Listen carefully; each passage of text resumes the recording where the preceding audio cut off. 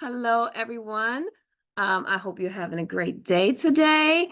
I just wanted to touch base with you all and let you know that before we start our writing process, there are certain things that you must understand. And I want to make sure that you understand these things before you get started. So, this week, I'm going to talk about things that cause writer's block. So, I am laying the foundation before we get to the work for writing. All right.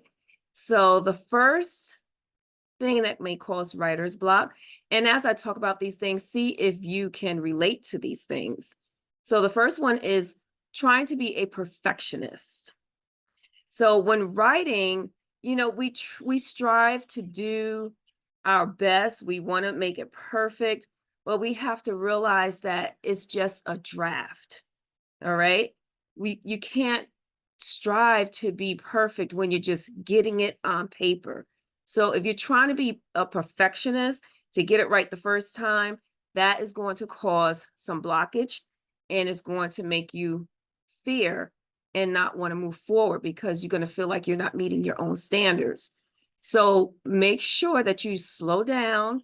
It's okay. It's a draft. Give yourself permission to just flow. All right.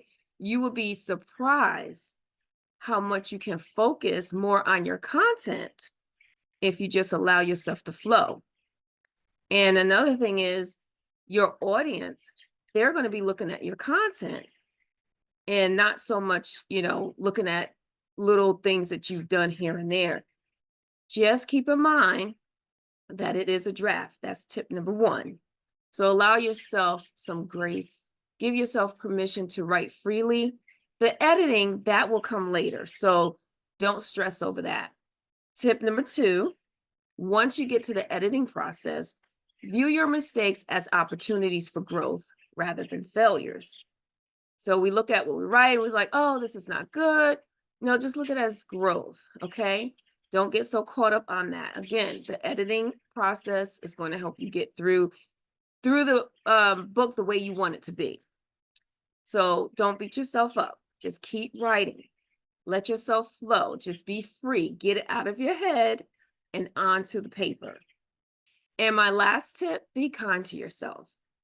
Don't be so hard on yourself. Give yourself some grace. This is probably your first book. For some, it may not be, but you want to make sure that you are doing all that you need to do to make it work for you. But do not try to be a perfectionist when you first start out.